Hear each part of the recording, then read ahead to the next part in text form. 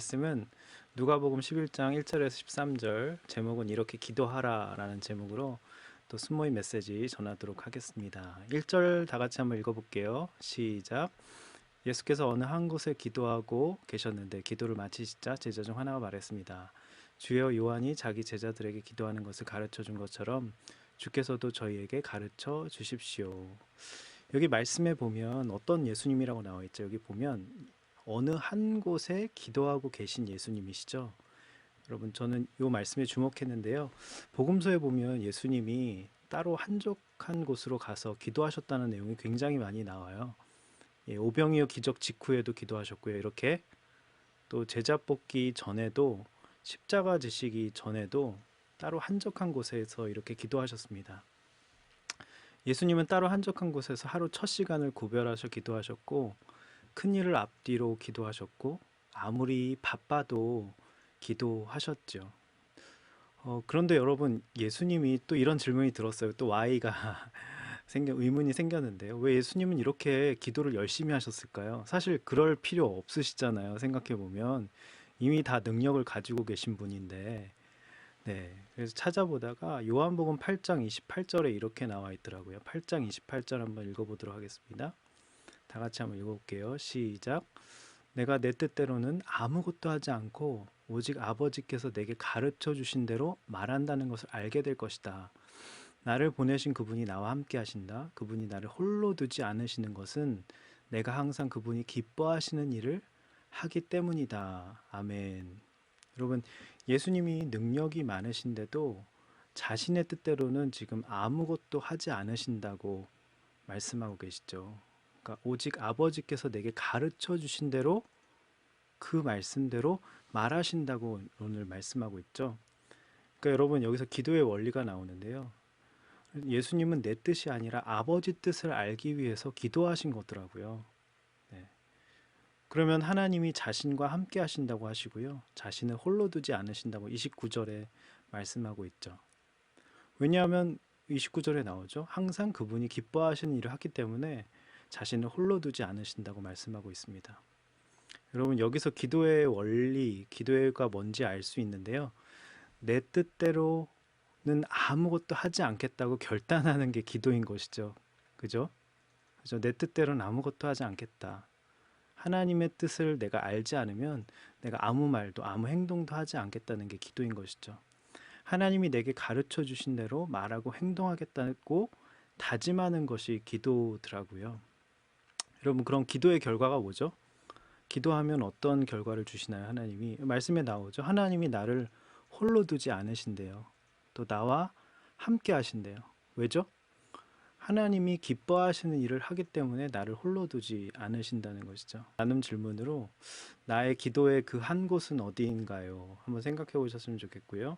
하루의 첫 시간, 큰일 앞뒤로 바쁠수록 정말 기도하는지 생각해 봤으면 좋겠고, 이 말씀을 토대로 요한복음 8장을 토대로 내 기도의 문제는 무엇인 것 같은지, 왜 요즘에 홀로 나를 내버려 두시는 것 같은 느낌이 드는지 한번 생각해 보셨으면 좋겠어요. 2절 보겠습니다. 제가 읽어볼게요. 예수께서 제자들에게 말씀하셨습니다. 너희는 이렇게 기도하라. 아버지여, 주의 이름이 거룩히 여김을 받으시며 주의 나라가 임하게 하소서. 이게 주님이 가르쳐 주신 기도죠. 이렇게 기도하라고 하셨잖아요. 근데 우리가 이걸 주문처럼 외우는데 이 주기도문에 담겨 있는 의미, 뜻을 사실 모를 때가 많아요.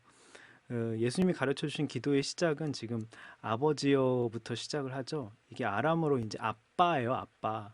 예, 굉장히 친근히 부르는, 예수님이 하나님을 굉장히 친근히 부르는 용어인데요. 여러분, 심리학자들이 아이가 어렸을 때 애착을 굉장히 잘 형성해야 된다고 해요. 잘 놀아줘야, 살을 맞대고 스킨십하고 시간을 같이 보내면서. 근데 그 이유가 있는데요. 왜일까요? 그러니까 아빠와 관계 형성이, 애착이 잘 형성되지 않았는데 갑자기 친구 같은 아빠가 되고 싶다고 사춘기가 된 아들에게 다가가면 애들은 이렇게 느낀대요. 이 사람이 뭔데 갑자기 친한 척이지? 이렇게 느낀다는 거죠. 그러니까 여러분, 내가 하나님을 아빠라고 부르는 게 잘 안 된다면 하나님과의 관계가 잘 형성되지 않아서 그런 거예요. 하나님과 어색한 것이죠. 그래서 아빠라고 부르는 것부터가 사실 기도의 시작이잖아요. 그러니까 이것이 안 되니까 다음 기도의 진도가 나갈 수 없는 것이죠. 그러니까 여러분 그래서 충분히 좋은 아버지로 느껴지는 게 먼저예요. 그래서 여러분 친밀한 관계, 하나님 참 좋으신 분이구나 이런 것들을 정말 많이 경험하게 해달라고 먼저 기도하시는 게 필요할 것 같습니다. 그러면 아버지여 부른 다음에 다음 기도해야 되는 게 뭔가 하면 여기 보니까 말씀해 보니까 주의 이름과 주의 나라를 위해서 기도하래요. 그죠? 주의 이름과 나라를 위해서 기도하는 게 무슨 의미일까요? 어떻게 하는 게 주의 이름과 나라를 위해서 기도하는 걸까요? 주의 이름이 우리가 땅에 떨어질 때가 언제인지 한번 생각해 봤으면 좋겠어요. 그러니까 아버지, 우리가 다 아들인데 하나님 아버지 아들답게 못 살 때 주님의 이름이 땅에 떨어지죠. 그래서 아버지 이름에 먹칠한다 그러잖아요. 근데 아들답게 잘 살면 아버지 이름이 거룩히 여김을 받게 되는 거죠. 그 아버지 누군지 알고 싶다고. 그러니까 아들이 잘 살면 아버지 이름이 거룩히 여김을 받게 되는 거죠. 그러니까 여러분 다윗 보세요. 골리앗 앞에서 이스라엘 백성들이 벌벌 떨면서 아들 노릇 못하고 있을 때 다윗이 그러죠. 네가 모욕하는 이스라엘의 군대 하나님의 이름으로 내게 나아간다고 하죠. 그러니까 아버지 이름이 거룩히 여김을 받았죠. 결국. 근데 다윗이 밧세바와 불륜을 저질렀을 때는 아버지 이름에 먹칠을 한 거죠. 그러니까 하나님의 이름은 전적으로 아들인 나에게 달려 있다는 거예요. 이 말씀의 뜻은. 그러므로 이렇게 적용해 볼 수 있어요. 주의 이름이 거룩히 여김을 받게 해달라는 기도는 그냥 심플하게 내가 아들 노릇 잘하게 해주시옵소서라고 이렇게 기도하는 거랑 똑같은 의미인 거예요. 여러분 아시겠죠? 하나님의 이름이 거룩히 여김을 받게 해달라는 기도는 내가 아들 노릇 잘하겠습니다. 이 기도랑 똑같은 기도인 것이죠. 또 주의 나라를 위한 기도는 어떻게 하는 게 주의 나라를 위한 기도일까요? 주님은 하나님 나라가 너희 안에 있다고 했어요. 하나님 나라로 거창하게 생각하지 말고 우리 안에 하나님 나라가 너희 안에 있다고 했죠. 우리 안에 있는 두 마음이 있죠. 세상 나라, 하나님 나라. 둘 중에 하나의 다스림을 우리는 반드시 받게 돼 있어요. 회색지대는 없죠. 그러니까 어쩌다가 우리가 두 나라에 이렇게 다스림 받게 되면 두 마음, 더블 마인드, 양다리 걸친 거예요. 하나님 양다리 제일 싫어하세요. 지난주 우리 모임 때 어떤 자매가 어떤 사람이 자기랑 사귀고 있다가 양다리를 걸쳤다고 하면서 우리가 다 붕괴했거든요. 그 사람 진짜 때려주고 싶다고 다리 몽둥이 부러뜨려야 된다고. 예. 사실 회색 지대는 없어요. 하나님 나라를 다스림 받던지 사실 세상 나라의 다스림 받던지 둘 중에 하나죠. 리차드 포스터라는 사람은요 굉장히 유명한 영성학자인데 이 세상 나라는 세 가지 특징이 있대요. 머니, 섹스, 파워, 돈, 성, 그 다음에 권력. 이 세상 나라는 그것에 의해 움직인다고 봤어요. 근데 로마서 14장 17절은 하나님 나라는 오직 성령 안에 있는 의와 평강과 희락이라고 하죠. 그러니까 여러분 돈이 아니라 의인 거죠. 의가 뭔가 하나님의 뜻이죠. 쾌락이 아니라 평강이라는 거예요. 권력이 아니라 하나님 안에서 누리는 기쁨이라는 거죠. 그러므로 주의 나라를 위한 기도는 뭐냐면요. 한마디로 내 마음이 돈과 쾌락과 권력에 의해서 움직이는 게 아니라 하나님의 뜻과 하나님의 평강과 하나님이 주시는 그 기쁨이 내 마음을 다스리게 해달라는 기도랑 똑같은 뜻이에요. 그러니까 여러분 어렵게 생각하지 마시고 이렇게 한번 기도해 보시면 좋을 것 같아요. 두 번째로 한번 생각해 보셨으면 좋겠는데요. 나눔 질문. 나는 하나님을 아빠라고 부르는 게 잘 되는지, 나는 아들 노릇을 잘하고 있는지, 나의 마음을 돈, 쾌락, 권력이 다스리고 있는지, 아니면 하나님의 뜻, 평강, 기쁨이 요즘에 다스리고 있는지 한번 생각해 보셨으면 좋겠습니다. 자, 3절 볼게요. 3절. 날마다 우리에게 필요한 양식을 내려주시고, 그러니까 양식 달라는 기도죠, 한마디로. 근데 여기서 중요한 건 뭘까요? 날마다가 포인트예요, 날마다. 그러니까 오늘 하루를 살아가는데 필요한 양식을 구하라는 게 날마다가 핵심이에요. 여러분 출애굽기 광야에서 만나를 양식으로 하나님 주셨죠? 매일 머릿수대로 하루 먹을 분량의 만나만 거두라고 하셨어요. 그죠? 쓸데없이 많이 거두거나 며칠분을 미리 한꺼번에 거두지 말라고 하셨죠. 왜일까요? 매일 그날 거둔 것은 그날 거둔 것은 다음 날까지 남겨두지 말고 그날 다 처리하라고 하셨어요. 왜 이렇게 하라고 하신 걸까요? 영적인 의미가 있어요. 무슨 의미냐면 매일매일의 양식의 그 걱정, 그 삶의 염려를 하나님께서 그날 매일매일 책임져 주신다는 뜻이에요. 그러면 이걸 우리가 어떻게 오늘날의 삶에서 적용할 수 있을까? 예수님은 요한복음 6장 48절에 내가 생명의 떡이라고 하셨어요. 그러니까 말씀이 곧 우리의 양식이란 거죠. 그죠? 근데 매일 필요한 양식, 이 말씀을 구해야 된다는 것이죠. 하나님이 하루를 살아낼 수 있는 꼭 필요한 말씀을 주신다는 뜻이에요. 여러분 큐티 본문이 매일 주시는 우리에게 양식이라는 뜻이에요. 그래서 그것으로 부족하지도 않고 남지도 않은 딱 알맞는 그 큐티 본문 분량만큼의 은혜를 주신다는 거죠. 또 내일 일을 염려하지 말라는 것은 내일은 또 내일 주시는 말씀이 있다는 거예요. 그러므로 날마다 우리에게 필요한 양식을 내려달라는 기도는 그날 주시는 말씀으로 하루를 큐티 말씀으로 하루를 살아낼 수 있는 힘을 달라는 기도인 것이죠. 무슨 뜻인지 아시겠죠? 이게 필요한 양식을 내게 내려달라는 날마다 필요한 양식을 내게 내려달라는 기도인 것이죠. 여러분 생각해 보셨으면 좋겠어요. 요즘 나는 매일매일 주시는 큐티 말씀으로 부족함 없이 살아내고 있는지 한번 생각해 보셨으면 좋겠습니다. 4절 볼게요. 네, 4절 다 같이 한번 읽어보겠습니다. 4절 보시고요. 시작. 우리가 우리에게 빚진 모든 사람을 용서한 것 같이 우리 죄도 용서해 주소서. 그리고 우리를 시험에 들지 않게 하소서.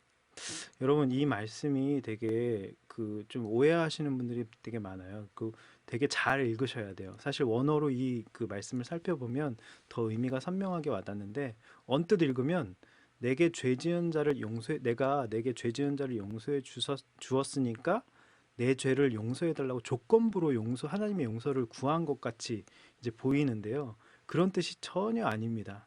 네. 무슨 뜻이냐면 원어의 정확한 뜻은 이런 거예요. 하나님 우리의 죄를 용서해 주세요. 저의 죄를 용서해 주세요. 그와 동시에 우리도 우리에게 빚진 자들, 나에게 잘못한 사람들을 용서하겠습니다. 라는 뜻이에요. 그 무슨 뜻이냐면 내가 하나님께 무조건적으로 이렇게 너무나도 큰 용서를 받았는데 이제 그 용서받은 그 은혜로 이제 나에게 사소한 작은 잘못한 그런 남을 용서하겠다는 뜻이에요. 이제 아시겠죠? 근데 이걸 반대로 생각해 보면 더 생각해 볼 만한, 묵상해 볼 만한 여지가 있는데요. 다른 사람은 몰라도 우리가 저 사람은 용서할 수 없어 이렇게 말하는 사람이 꼭 있잖아요. 근데 이렇게 말하는 것은 내가 하나님의 크나큰 용서를 받지 않겠다는 말과 똑같은 거예요. 그러니까 다른 사람의 작은 허물을 용서하지 못하는 사람은 하나님의 큰 은혜를 받지 못했다는 것을 드러낸다는 것이죠. 그죠? 여러분 1만 달란트 빚진 자가 정말 자긴 용서받았으면서 백데나리온 빚진 동료 목을 막 잡고 빚 갚으라고 이제 했잖아요. 바로 이것이죠.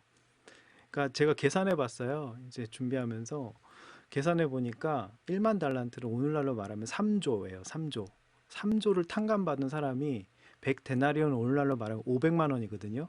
3조 자기는 탕감 받아 놓고서는 500만 원 안 갚았다고 목을 조르면서 빚 갚아라 하는 거랑 윽박지르는 거랑 똑같다는 것이죠.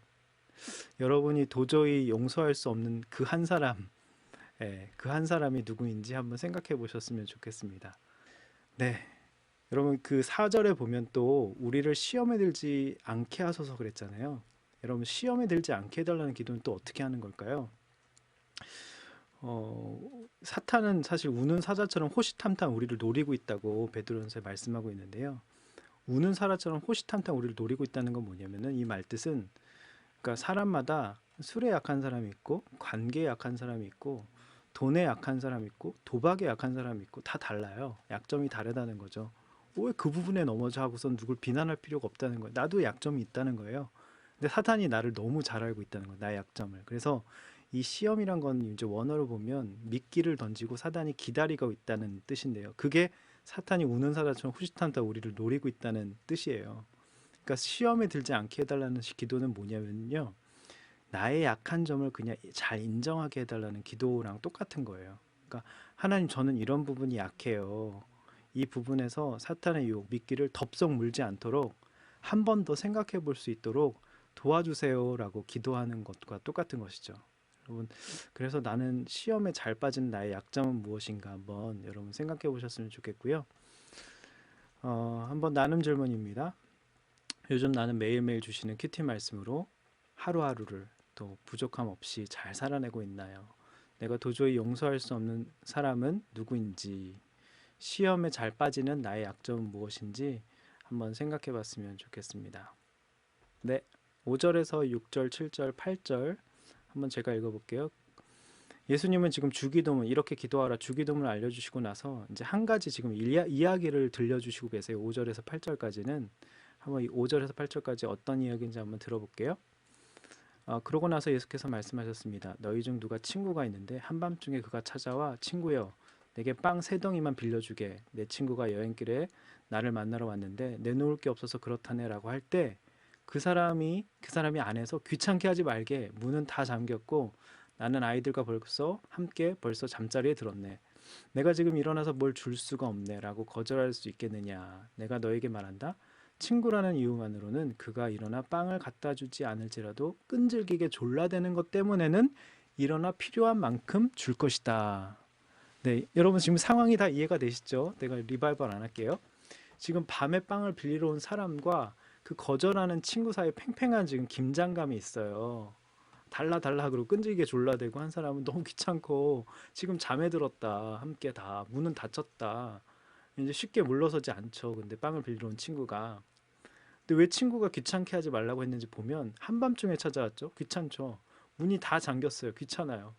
아이들과 함께 벌써 잠자리에 들었어요. 얼마나 귀찮은 일이에요. 그러면서 예수님이 이렇게 말씀하시잖아요. 친구라는 이유만으로는 그가 일어나 빵을 갖다 주지 않을지라도 끈질기게 졸라대는 것 때문에는 얼마나 필요한 만큼 줄 것이다. 여기서 중요한 게 뭐냐면은 끈질기게 졸라대는 거예요. 끈질기게 졸라대는 거. 예. 그러니까 여러분 대부분 다 끈질기게 졸라대는 기도를 내가 해야겠다라고 다 적용을 하셨는데 우리가 근데 놓치는 부분이 있어요. 여기서 여러분 말씀을 잘 보셔야 돼요. 이 구절의 핵심은 뭐냐면요. 여기 나와 있죠. 5절에 나와 있죠. 너희 중 누가 친구가 있는데 한밤중에 그가 찾아와 네. 잠시만요. 네. 5절, 6절, 7절, 8절 읽었죠? 네. 여기서 이제 핵심은 뭐냐면요. 떼쓰며 끈질기게 졸라대는 기도가 누구를 위한 거냐는 것이죠. 본문을 보면 이 친구가 또 다른 친구를 찾아서 졸라대는 이유가 자기를 위해서가 아니에요. 한밤중에 친구가 찾아왔는데 지금 너무 배가 고픈 거예요. 떡이 없어요. 그래서 다른 친구에게 가서 떡 좀 달라고 빵 좀 달라고 졸라댄 거예요. 그죠? 자신의 이기적인 목적으로 끈질기게 졸라댄 것이 아니라 자기 집에 한밤중에 찾아온 친구를 위해서 지금 기도인 거죠. 친구를 위한 이타적인 굉장히 순수한 목적의 기도인 거예요. 핵심은 그거예요. 이타적인 기도였다.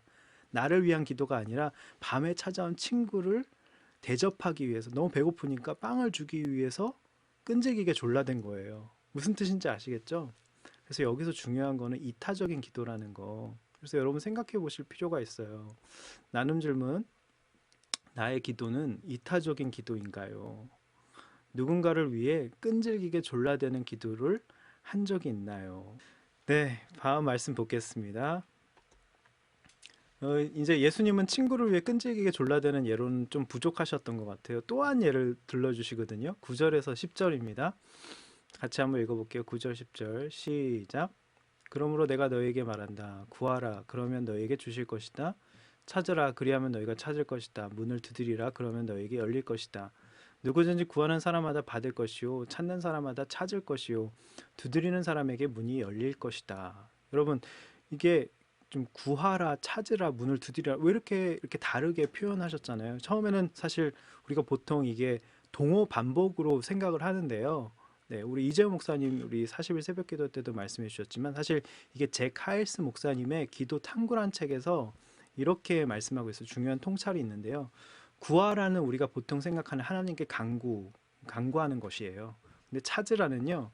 기도 이후에 내가 열심히 내 행동, 의지적인 것으로 찾으라는 거예요. 네. 두드리라는요. 뭐냐면 두드리라는 거죠. 남의 집에 가가지고 문을 두드리는 게 어떤 거죠? 어떤 의미죠? 다른 사람에게 도움을 요청하는 행위라고 이분이 얘기하셨어요. 너무 좋은 통찰이라고 생각을 해요. 그러니까 이 하일스 목사님은 모든 것이 하나님께 달린 것처럼 끈질기게 기도하고요. 모든 것이 나에게 달린 것처럼 내가 열심히 찾고 모든 것이 다른 사람에게 달린 것처럼 도와달라고 요청, 두드리라는 것이죠. 그러니까 여러분, 이 목사님은 구하라, 찾으라, 두드리라를 기도와 내가 열심히 행해야 될 최선, 그 다음에 누군가에게 도움을 요청해야 될 관계로 지금 푼 것입니다. 그러니까 하나님께 기도로 시작하고요, 나의 최선으로 헌신하고 누군가 다른 사람, 동역자의 도움과 동참으로 그 일이 되게 하라는 것이죠. 그런 의미가 있더라고요. 그러니까 여러분 한번 생각해 보셨으면 좋겠어요. 나눔 질문입니다. 구하라, 기도, 찾으라, 나의 최선, 두드리라, 동역자의 도움을 구하는 것 중에 내가 가장 부족한 부분.